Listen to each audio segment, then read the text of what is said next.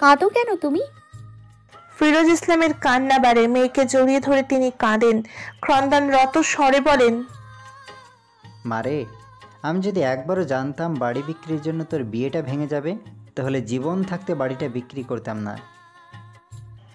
প্রাপ্তি শক্ত করে বাবাকে জড়িয়ে ধরে বলে, তুমি কেঁদো না বাবা, যা হয় ভালোর জন্যই হয়।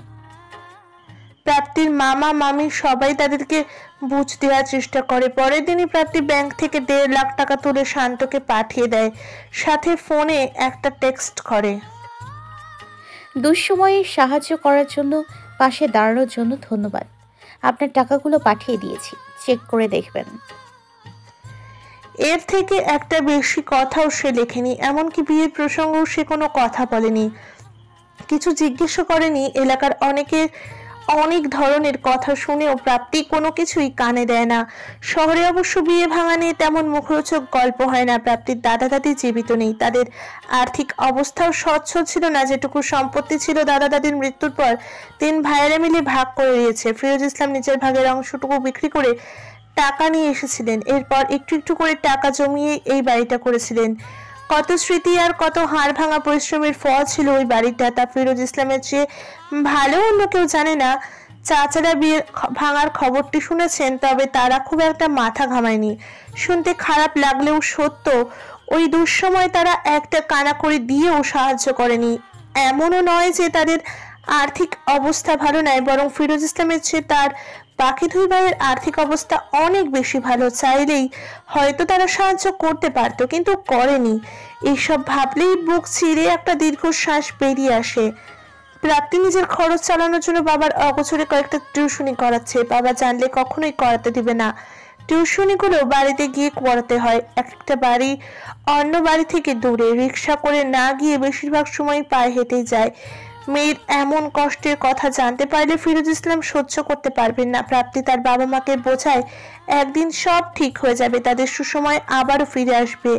মাসের শেষে আদনান একেবারে ঢাকায় চলে আসে।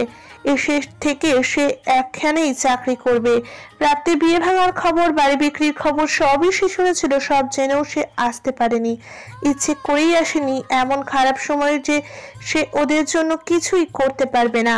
সামনে থেকে ওই অসহায় মুখগুলো সে দেখতে পারতো না। বাড়িতে ফিরে প্রাপ্তিদের বাড়ি দিকে তাকাতেই বুকটা কেমন মোচড় দিয়ে ওঠে। বাড়ির রং পাল্টানো হয়েছে, এছাড়া বাকি সবকিছুই আগের মতোই রয়েছে। সব ঠিকঠাক আছে, শুধু প্রাপ্তিরাই নেই। দুপুরের দিকে রেহেনা বেগমের থেকে প্রাপ্তির ভাড়া বাড়ির ঠিকানা নিয়ে বের হয়। বড্ড খারাপ লাগছিল তার। কোন মুখে সে প্রাপ্তির সামনে দাঁড়াবে? প্রাপ্তি কি তাকে ঘৃণা করে? করারই কথা। খারাপ সময় যারা পাশে থাকে না, তারা আবার কিসের বন্ধু? বাড়িতে গিয়ে শুধু সুমনা বেগমকে পাওয়া গেল। বাসাটা মোটামুটি ধরনের বলা যায়। আদনানকে দেখে সুমনা বেগম ভীষণ খুশি হয়। ওকে বসতে দিয়ে তিনি চা বিস্কুট নিয়ে আসেন। কথায় কথায় সে অতীতের প্রসঙ্গ আসে। সন্তর্পণে চোখের পানি মোছেন তিনি। ঋণ শোধ করেও প্রাপ্তির বিয়ের জন্য কিছু টাকা ব্যাংকে রেখেছিলেন। সেখান থেকে কাছের যারা টাকা দিয়ে সাহায্য করেছিল তাদের টাকা শোধ করে দিয়েছে। এমনকি আদনানের দেওয়া 90,000 টাকাও প্রাপ্তি রেহেনা বেগমের হাতে দিয়ে এসেছে। এখন অল্প কিছু টাকা বেঁচে আছে, বেশিটা খরচা সংসারে করা হচ্ছে না। টাকা জমাতে হবে, অনেক টাকার প্রয়োজন। ফের বাড়ি করতে হবে। এতক্ষণ নিশ্চুপ হয়ে আদনান সুমনা বেগমের কথা শুনছিল। তার মনটা উসখুস করছিল প্রাপ্তিকে দেখার জন্য। না পেরে সে বলেই বসল, প্রাপ্তি কোথায় আন্টি? তিনি আরো একবার শাড়ির আঁচলে চোখের পানি মুছে বললেন, ও টিউশনি করায়? হ্যাঁ, এই অবস্থা দেখে এখন কয়েকটা টিউশনি নিয়েছে। ভীষণ কষ্ট হয়েছে মেয়েটার, তবুও করেছে যাতে নিজের খরচটা অন্তত চালাতে পারে। তোর আঙ্কেল এসব জানে না। কখন আসবে প্রাপ্তি? ওর আসতে আসতে সন্ধ্যা হবে। তোর কি তাড়া আছে আজ? না থাকলে থেকে যা, আমি রান্না বান্না করি। রাতে একদিন খেয়ে তারপর যাস। আচ্ছা। দুপুরে খেয়েছিলি? হ্যাঁ, তোমার ভাই ভাবি তারা কোথায় থাকে এখন? ওরা পাশের বাড়িতে থাকে। তুই টিভি দেখ। কিছুক্ষণ টিভি দেখে কিছুক্ষণ ফোন চেপে সময় পার করে আদনান। সন্ধ্যার আজানের সময় প্রাপ্তি আসে। দরজায় নক করার শব্দ শুনে আদনান নিজে গিয়েই দরজাটা খুলে দেয়। সে অবাক হয় প্রাপ্তির রোদে পোড়া ক্লান্ত বিধ্বস্ত মুখটা দেখে। আদনানকে এখানে দেখে প্রাপ্তিও চমকে যায়, বিস্মিত কণ্ঠে জিজ্ঞেস করে, তুমি কখন এলে? আদনান কথা বলার ভাষা হারিয়ে ফেলেছিল। সে তৎক্ষণাৎ কিছুই বলতে পারছিল না। ক্লান্ত প্রাপ্তির ফ্রেশ হওয়াটা জরুরি ছিল। গোসল না করলে এখন একদম স্বস্তি পাবে না। ঘামে শরীর চিটচিট করছিল। সে আদনানকে বলল, তুমি একটু বসো, আমি ফ্রেশ হয়ে আসি। আদনান তখনও কিছু বলল না। তার মনে হচ্ছে হঠাৎ করে প্রাপ্তি যেন অনেকটা বড় হয়ে গেছে। পরিস্থিতি মানুষকে এভাবেও বদলে দেয়। প্রাপ্তি গোসল সেরে শুয়ে পড়েছে। তার একদম মনেই নেই যে আদনান এসেছে। ড্রয়িং রুমে অনেকক্ষণ অপেক্ষা করেও প্রাপ্তির দেখা না মেলায় সুমনা বেগম এবার নিজেই মেয়েকে ডাকতে আসেন। আর এসে দেখতে পান এরই মধ্যেই প্রাপ্তি ঘুমিয়ে পড়েছে। ভেজা চুল থেকে পানি পড়ে বালিশ বিছানা ভিজে যাচ্ছে। মেয়েকে ডাকতে গিয়েও তিনি থেমে যান। ক্লান্ত মলিন মুখটা দেখে আর ডাকতে ইচ্ছে হলো না। তিনি আলগোছে প্রাপ্তির মাথাটা নিজের কোলের ওপর নিয়ে তোয়ালে দিয়ে চুল মুছে দিচ্ছিলেন। সুমনা বেগমেরও সাড়া না পেয়ে আদনান এবার নিজেই আসে প্রাপ্তির রুমে। সুমনা বেগম দরজার দিকে তাকিয়ে আদনানকে ইশারায় বললেন, ঘুমিয়ে পড়েছে। আদনান স্মিত হেসে তার মতো করে ইশারায় বলল এবং ঠোঁট নাড়ালো। সমস্যা নেই। এরপর ধীর পায়ে এসে প্রাপ্তির পাশে খাটের ওপর বসলো। রুমের দেয়ালে পেন্টিং করা, এগুলো প্রাপ্তিই করেছে, এতে কোনো সন্দেহ নেই। তার আগের রুমটার মতো সাজানোর আপ্রাণ চেষ্টা সে করেছে, তবুও যেন একটু ফাঁক ফোকর রয়েই গেছে। এই বাড়ির দেয়ালের কোথাও কোথাও রং উঠে গেছে, দেয়ালের গায়েও কালশিটের দাগ রয়েছে। এই খুঁতগুলোই যেন চোখে আঙুল দিয়ে দেখিয়ে দিচ্ছে এটা প্রাপ্তির আগের রুম নয়। হতেই পারে না। সুমনা বেগম প্রাপ্তির মাথাটা আবার বালিশে রেখে আদনানকে নিচু স্বরে জিজ্ঞেস করেন, কি দেখছিস? আদনান উত্তরে কিছুই বলতে পারল না, শুধু ভেতর থেকে দীর্ঘশ্বাস বেরিয়ে আসে। সুমনা বেগম তবুও উত্তরের প্রতীক্ষায় আদনানের দিকে তাকিয়ে থাকেন। এক প্রকার দায় সারতেই আদনান বাধ্য হয়ে দুদিকে মাথা নেড়ে বলল, কিছু না। প্রাপ্তির রুম থেকে বের হওয়ার পর আদনান নিজের রুমে চলে এসেছে। সুমনা বেগম অনেকবার করে রাতের খাবার খেয়ে আসতে বলেছিলেন, আদনান শোনেনি। প্রাপ্তিকে দেখার আগ পর্যন্ত সেও ঠিক করেছিল রাতের খাবার খেয়ে আসবে, কিন্তু তার হয়ে উঠল না। বুকের কোথায় যেন একটা চাপা আর্তনাদ বারবার জেগে ওঠে। অস্বস্তি, অস্থিরতায় দম আটকে আসে। কেন এমন হয় আদনান জানে না, আবার হয়তো জানে, কিন্তু কাউকে সেটা জানতে দিতে চায় না। বাড়িতে ফিরে রেহেনা বেগমের সাথে দেখা হয়ে যায় আদনানের। ছেলের চিন্তিত মলিন মুখ দেখে তিনি জানতে চান, কি হয়েছে? কিছু না। বলেই আদনান নিজের রুমে চলে যায়। তার কারোর সাথে এখন আর কথা বলতে ইচ্ছে করছে না, একটু একা থাকতে ইচ্ছে করছে, প্রাপ্তিকে নিয়ে ভাবতে ইচ্ছে করছে। পরের দিন সকালে অফিস যাওয়ার সময় আদনান প্রাপ্তির বাসায় আসে। সারা রাত তার ভালো করে ঘুম হয়নি, যার দরুন চোখ দুটো জ্বলছে এখন। আজকে তার অফিসের প্রথম দিন, তাই যেতেই হবে। যাওয়ার পথে কি মনে করে যেন এই বাসায় চলে এসেছে। আসার পর থেকে তার নিজের কাছেই কেমন যেন অস্বস্তি লাগতে শুরু করে, অথচ আগের বাড়িতে থাকতে হুটহাট কারণ ছাড়াই চলে যেত, তখন তো কোনো রকম অস্বস্তি লাগতো না। তবে আজ কেন? যাক, সেসব প্রশ্নের উত্তর মেলার আগেই দরজা খুলে দিলেন ফিরোজ ইসলাম। আদনানকে দেখে আপ্লুত হয়ে বললেন, আরে তুই ভেতরে আয়। আদনান আগে ভেতরে ঢুকলো। বাড়ির সবাই তখন নাস্তা করতে বসেছে। পেছন থেকে ফিরোজ ইসলাম বললেন, কাল নাকি এসেছিলি তুই, আমার সাথে দেখা না করে চলে গেলি কেন? আদনান সোফায় বসতে চাইছিল, ফিরোজ ইসলাম ঠেলে চোখের ইশারায় ডাইনিং চেয়ারে বসালেন। আদনানও তাই করলো। একটা চেয়ার টেনে প্রাপ্তির পাশে বসলো সে। গ্লাস থেকে পানি পান করে ফিরোজ ইসলামের উদ্দেশ্যে বলল, হঠাৎ একটা কাজ পড়ে গেছিল। ও, এখানেই চাকরি নিয়েছিস শুনলাম। হ্যাঁ, অফিসেই যাচ্ছি এখন। বেশ, নে নাস্তা কর। না না, সকালে মা জোর করে খাইয়ে দিয়েছে। বলে আদনানকে প্লেটে দুটো পরোটা, অর্ধেক ডিম ভাজি আর আলু ভাজি তুলে দিলেন সুমনা বেগম। বাধ্য হয়ে আদনানকে খাওয়া শুরু করতে হয়। খেতে খেতেই আদনান ফিরোজ ইসলাম আর সুমনা বেগমের সাথে টুকটাক কথা বলে। প্রাপ্তি পুরোটা সময় নীরব ভূমিকাই পালন করে।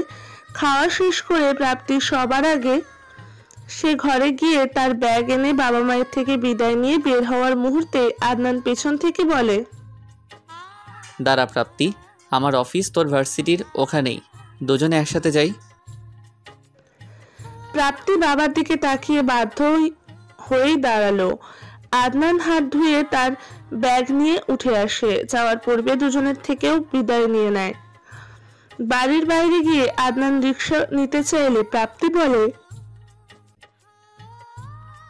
আমি রিকশায় যাব না। তোমার যদি দেরি হয়ে যায় তাহলে তুমি রিকশায় করে চলে যেও। আদনান একটু থমকায়, নিজেকে সামলে নিয়ে বলে, কোনো সমস্যা? কোনো সমস্যা নেই, হাঁটতে ভালো লাগে। আদনান হাত ঘড়িতে সময় দেখে বলল, ঠিক আছে, আমারও সমস্যা নেই। দুজনে চুপচাপ পাশাপাশি হাঁটছিল। এক সময় প্রাপ্তি নিজে থেকেই বলে, কাল চলে গেছিলে কেন? তুই ঘুমিয়ে পড়েছিলি তাই। আর একটু বসলেই পারতে, রাতে তো খাওয়ার সময় উঠেছিলাম। তাতে কি, এখন তো দেখা হলো। হুম। আবারও কিছুক্ষণ পিনপতন নীরবতা। গাড়ি, রিকশার হর্ন আর পথচারীর কিছু ব্যক্তির কথার শব্দ ব্যতীত ওদের কোনো আলাপ নেই। আদনান কিছুটা সময় নিয়ে বলে, তুই কি আমার উপর রেগে আছিস প্রাপ্তি? কি জন্য রেগে থাকবো? তোদের অমন একটা খারাপ সময়ে আমি পাশে এসে থাকতে পারিনি। প্রাপ্তি শব্দ করে হেসে ওঠে। আদনানের দিকে তাকিয়ে বলে, তুমি ওই সময় এসে কী বা করতে? ওই সময়টাতে আমাদের মেন্টালি সাপোর্ট নয়, ফিনান্সিয়াল হেল্প দরকার ছিল। আর তোমার দিক থেকে যতটা সম্ভব ততটা হেল্প করেও ছিলে। তাহলে রাগ করার কথা আসছে কোথা থেকে? তুই টাকাগুলো মায়ের কাছে ফেরত দিয়ে এসেছিস? হ্যাঁ, তোমার টাকা একেবারে কেন নিব? এখন আর কারোর কাছে আমরা ঋণী নই। আমরা এখন মুক্ত, স্বাধীন। যতটুকু অর্থ ও সামর্থ্য আছে ততটুকুর মধ্যেই নিজেদের চাহিদা মেটাই। তুই অনেক বড় হয়ে গেছিস প্রাপ্তি। প্রাপ্তি রহস্যময় হাসি দিয়ে বলল, হয়তো। মাঝ রাস্তায় এসে প্রাপ্তি দাঁড়িয়ে যায়। দাঁড়ালি কেন? আমার একটা কাজ আছে, তুমি অফিসে যাও। এত সকালে তোর আবার কি কাজ? আছে একটা কাজ। প্রাইভেট পড়াতে যাবি? না, তোমায় কে বললো আমি প্রাইভেট পড়াই? মা। প্রাইভেট না থাকলে কোথায় যাবি সেটা বল। লাইব্রেরিতে কিছু বই কিনতে হবে। এখনই? পরে আমার সময় নেই। কি কি বই আনতে হবে আমায় লিস্ট করে দিস, আমি এনে দেব। কেন? আবার কেন কি, আমি বলেছি তাই। প্রাপ্তি একটা দীর্ঘশ্বাস নিয়ে বলল, ঠিক আছে। এখন রিক্সা নেই, তোকে নামিয়ে দিয়ে আমি অফিসে যাব। আমার তো এখন ক্লাস নেই, দ্বিতীয় বর্ষের ক্লাস এখনো শুরু হয়নি। তাহলে তুই এত সকালে বের হয়েছিস কেন? ত্রিধার বাসায় যাব, ওখানে কিছুক্ষণ থেকে প্রাইভেট পড়াতে যাব। আদনান কিছুক্ষণ ওর মুখের দিকে তাকিয়ে থেকে বলে, ঠিক আছে। এরপর সে হাত নাড়িয়ে একটা রিক্সা থামায়। ইশারায় প্রাপ্তিকে রিক্সায় উঠতে বলে। পাশে নিজেও বসে। রিক্সা চলতে শুরু করলো।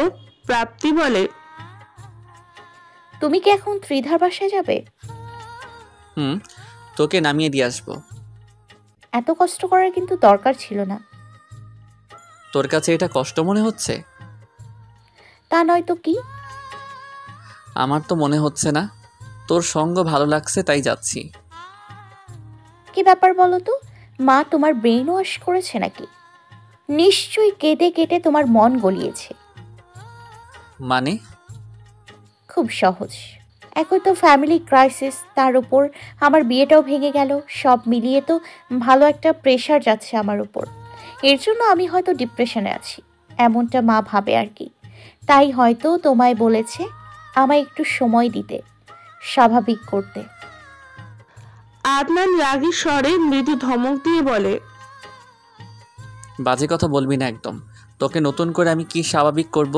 তুই আগের চেয়ে অনেক বেশি ম্যাচিউর হয়ে গেছিস। আর আন্টি মোটেও আমাকে এসব কিছু বলেনি। অযথা উল্টাপাল্টা চিন্তা করবি না, আর আমারও মেজাজ খারাপ করবি না। আরে রেগে যাচ্ছ কেন? তুই কথাই বলেছিস রাগ করার মতো। আচ্ছা সরি। তোমার হুড়পড়ির একটা গল্প বলো শুনি, অনেক দিন হয়েছে শোনা হয় না। মুড নেই এখন। নাকি হুড়পড়ি নেই? ওর থাকবে না কেন? ও আমারই থাকবে। ও আচ্ছা। স্মিত হাসলো প্রাপ্তি। কয়েক সেকেন্ড পর আদনান ডাকলো,